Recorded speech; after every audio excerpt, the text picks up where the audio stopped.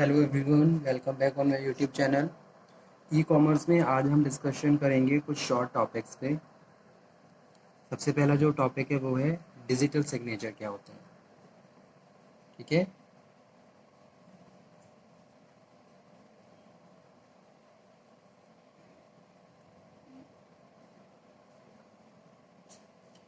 Digital signature are used for authentication process to verify origin of document. Document की starting कहाँ से हुई है, आइडेंटिटी ऑफ सेंडर, किस ऑर्गेनाइजेशन से आया है और किसके थ्रू आया है, time and date,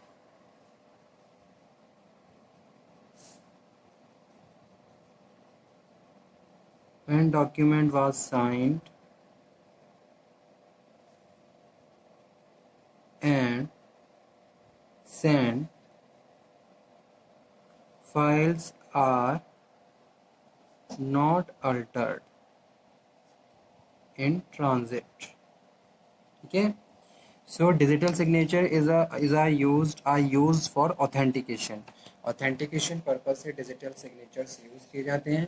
and digital signature verify करते हैं कि भाई कोई भी एक पर्टिकुलर डॉक्यूमेंट है तो उसकी स्टार्टिंग कहाँ से हुई है, किस ऑर्गेनाइजेशन की आया है, ठीक है, किस पर्सन्स के थ्रू आया है, उसकी आइडेंटिटी यानी कि सेंडर की आइडेंटिटी को डिफाइन करता है, कब किस टाइम पे किस डेट पे डॉक्यूमेंट साइन हुए थे, ठीक है, और कब भेजा गया है।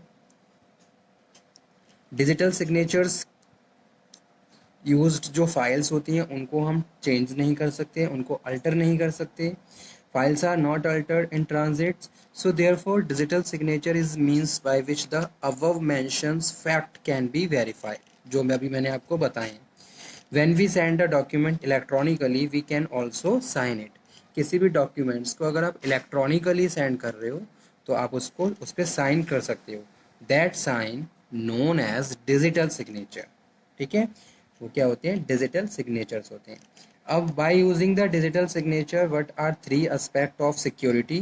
वैसे और डिजिटल सिग्नेचर्स की मैं बात करूं तो मैं सिक्योरिटी की बात कर रहा हूँ। और सिक्योरिटी के कौन से तीन एस्पेक्ट होते हैं, एक तो होता है इंटीग्रिटी, ठीक है। सेकंड वन होता है ऑथेंटिकेशन। ये तीन सिक्योरिटीज पर्पस हैं किसके, डिजिटल सिग्नेचर्स के। और थर्ड है non repudiation. The integrity of the message is preserved because if an intruder intercepts the message and partially or totally changes, it is decrypted message would be unreadable. We can use following reasons to show the message can be authenticated. If an intruder user X send a message pretending that it is coming from the someone else user G, she must use her own private key, private, ठीक है, encryption. So the message is the encrypted with the public key user G and will therefore be non-readable. Encryption with the X private key, decryptions with the G public key result in garbage. ठीक है, वही concept जो कल मैंने discuss किया था encryption और decryption का। तो अगर आपके पास कीज हैं तो आप उस मैसेज को यानी कि साइपर टेक्स्ट को रीडेबल टेक्स्ट में चेंज करके पढ़ सकते हो, अदरवाइज आप नहीं पढ़ सकते। ठीक है, और non repudiations, digital signature also provide for non repudiation. If the sender deny sending message, her private key corresponding to her public key can be tested on the original plain text. If the result of decryption match the original messages, then we know the sender sent the message. ठीक है,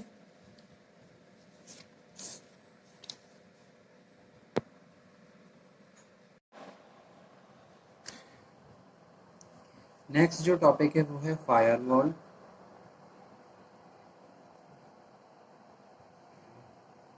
Firewalls short topics में कई बार पूछा गया है, तो आप इसको अच्छे से पढ़ लीजिए एक बार। ये क्या होते हैं? बैरियर्स होते हैं between two network. Barriers between two network. A firewall is simply a program or hardware device. Simply a program and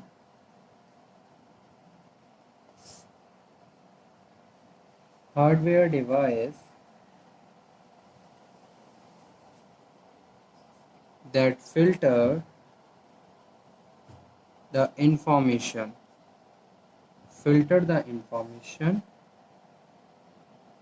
coming through the internet connections into your private network, into your private network or computer system, computer systems। ठीक है, अब समझिए firewalls का मतलब क्या होता है। Firewall एक तरीके से बैरियर का काम करता है दो नेटवर्क्स के बीच में। ये क्या है? ये एक तरीके के प्रोग्राम्स होते हैं या फिर हार्डवेयर डिवाइस होती है जो इंफॉर्मेशन को फिल्टर करती है coming through the internet connection. जो इंफॉर्मेशन इंटरनेट कनेक्शंस के थ्रू आ रही है आपके पर्सनल सिस्टम में, आपके प्राइवेट नेटवर्क में या फिर कंप्यूटर सिस्टम में, तो उसको फिल्टर किया जाता है किसके थ्रू? फायरवॉल्स के through. Okay, it is not allowed through the firewall working is similar to that the security guard.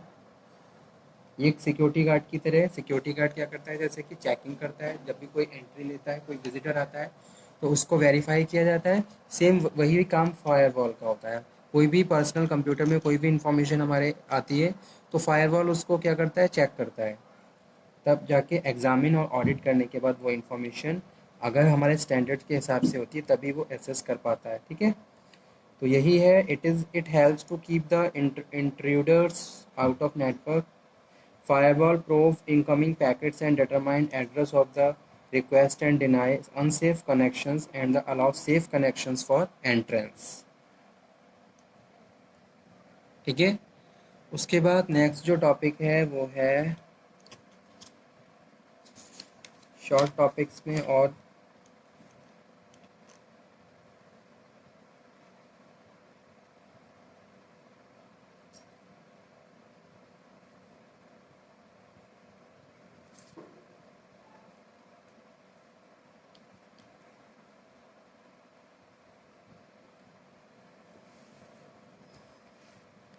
Third number पे जो टॉपिक है आज का वो है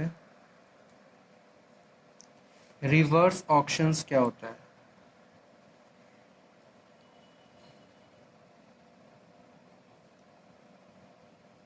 Reverse auctions are auctions whereby the bidder is the seller and not the buyer.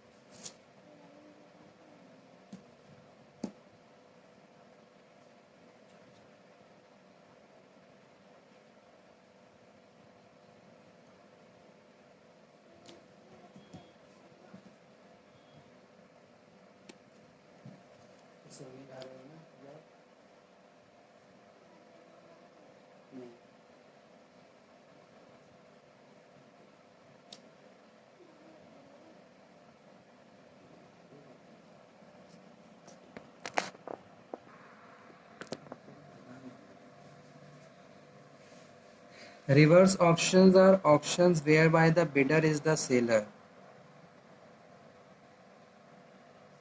Bidder is the seller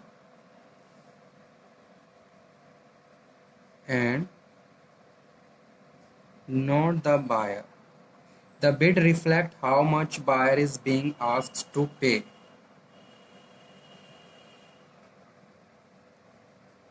Bid reflects how much the buyer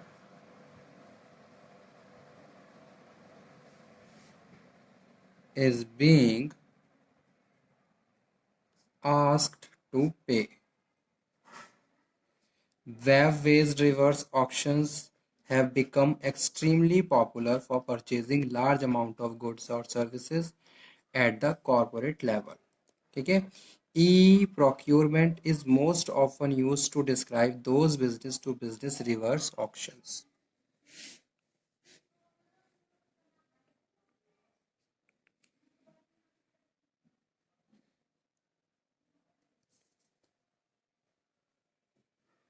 So okay student, thank you very much.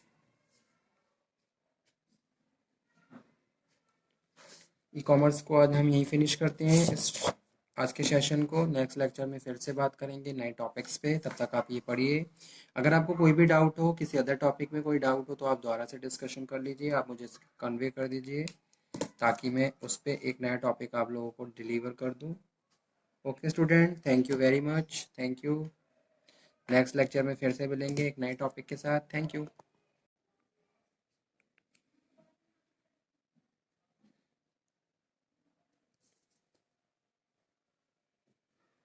So okay student, thank you very much.